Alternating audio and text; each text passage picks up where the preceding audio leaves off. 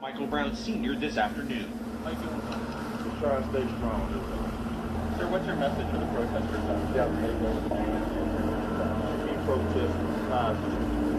Officer Wilson has been in hiding since the shooting, but we learned today that he came to this administrative building just a few steps from the courthouse to get a marriage license. He is now married to a fellow Ferguson police officer. A live look at the room in Clayton, Missouri in the courthouse where the announcement regarding the indictment, possible indictment against Darren Wilson, or Warren rather, will be made. Yes, and jurors there, or the grand jury, had 4 charges to consider: first-degree murder, second-degree murder, voluntary manslaughter, and involuntary manslaughter. And of course, they could have come back with a decision where he will not be charged. So they heard from 3 medical examiners and experts on blood, DNA, toxicology, firearms, and drug analysis. They examined hundreds of photographs, some of which they asked to be taken. They examined various pieces of physical evidence. They were instructed on the law and presented with 5 indictments ranging from murder in the first degree to involuntary manslaughter. Their burden was to determine, based upon all of the evidence, if probable cause exists to believe that a crime was committed and that Darren Wilson is the person who committed that crime. There is no question, of course, that Darren Wilson caused the death of Michael Brown by shooting him, but the inquiry does not end there. The law authorizes a law enforcement officer to use deadly force in certain situations. The law also allows all people to use deadly force to defend themselves in certain situations. So the grand jury considered whether Wilson was the initial aggressor in this case, or whether there was probable cause to believe that Darren Wilson was authorized as a law enforcement officer to use deadly force in this situation, or if he acted in self-defense. I detail this for 2 reasons.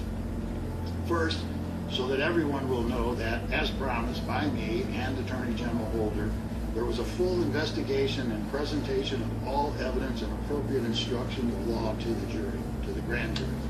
Second, as a caution to those in and out of the media who will pounce on a single sentence or a single witness and decide what should have happened in this case based on that tiny bit of information. The duty of the grand jury is to separate fact from fiction. After a full and impartial and critical examination of all the evidence in the law, and decide if that evidence supported the filing of any criminal charges against Darren Wilson. They accepted and completed this monumental responsibility in a conscientious and expeditious manner. It is important to note here, and say again, that they are the only people who have heard and examined every witness and every piece of evidence. They discussed and debated the evidence among themselves before arriving at their collective decision. After their exhaustive review of the evidence, the grand jury deliberated over 2 days, making their final decision. They determined that no probable cause exists to file any charge against Officer Wilson and returned a no true bill on each of the 5 indictments. No charge. Physical and scientific evidence examined by the grand jury, combined with the witness statements supported and substantiated by that physical evidence, tells the accurate and tragic story of what happened. A very general synopsis of the testimony and the physical evidence presented to the grand jury follows. Please note that, as I have promised, the evidence presented to the grand jury, with some exceptions, and the testimony of the witnesses called to the grand jury will be released at the conclusion of this statement. At approximately 11:45 a.m. on Saturday, the 9th of August, Ferguson Police Officer Darren Wilson was dispatched to the Northwinds apartment complex for an emergency involving a 2-month-old infant having trouble breathing. At approximately 11:53, while still at the Northwinds call, Wilson heard a radio broadcast for a stealing in progress at a market on West Florissant. The broadcast also included a brief description of the suspect, a black male in a white t-shirt who took a box of Swisher cigars. Other officers were dispatched to that store. Officer Wilson remained with the mother and the infant until EMS arrived to transport them to the hospital. Officer Wilson then left Northwinds complex in his Ferguson police vehicle, the Chevy Tahoe SUV, and drove west on Canfield towards West Florissant. An additional description of the stealing suspect was broadcast about that time. wearing a red hat, yellow socks, khaki shorts, and he was with another male. As Officer Wilson was attending to his emergency call on North Winds, Michael Brown and a companion were in a local convenience store on West Florissant. Michael Brown's activity in that story was recorded by the store's security cameras. The video, often played following its release in August by the Ferguson Police Department, shows Michael Brown grabbing a handful of cigarillos and heading toward the exit without pay.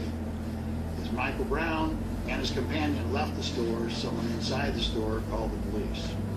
After crossing West Florissant, the two walked east on Canfield in the middle of the street, Mr. Brown directly behind his companion. As Officer Wilson continued west on Canfield, he encountered Michael Brown and his companion. So, as we heard St. Louis County Prosecutor Robert McCullough tell us just a moment ago live, the grand jury has decided that no charges will be filed against Officer Darren Wilson in the shooting of 18-year-old Michael Brown.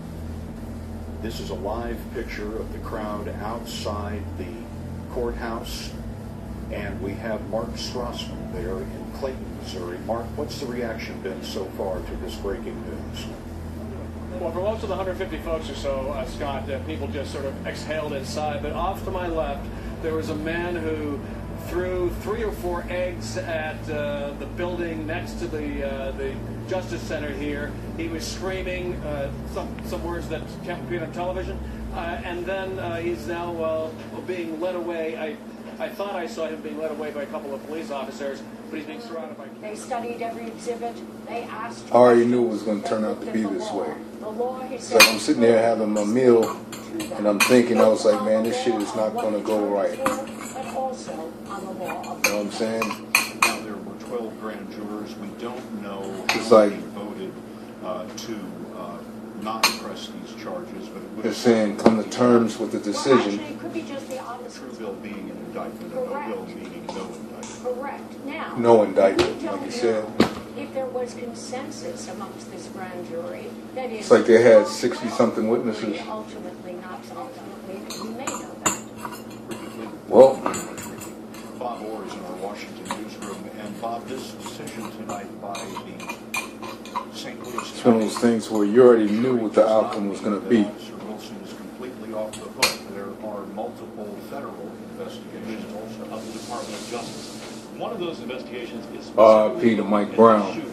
You know what I'm Whether or saying? not Officer Wilson violated the civil rights of Michael know, as we Brown speak, when he shot and killed the teenager. Right now, there's a lot of other black teens getting shot down by cops. You know what I'm saying?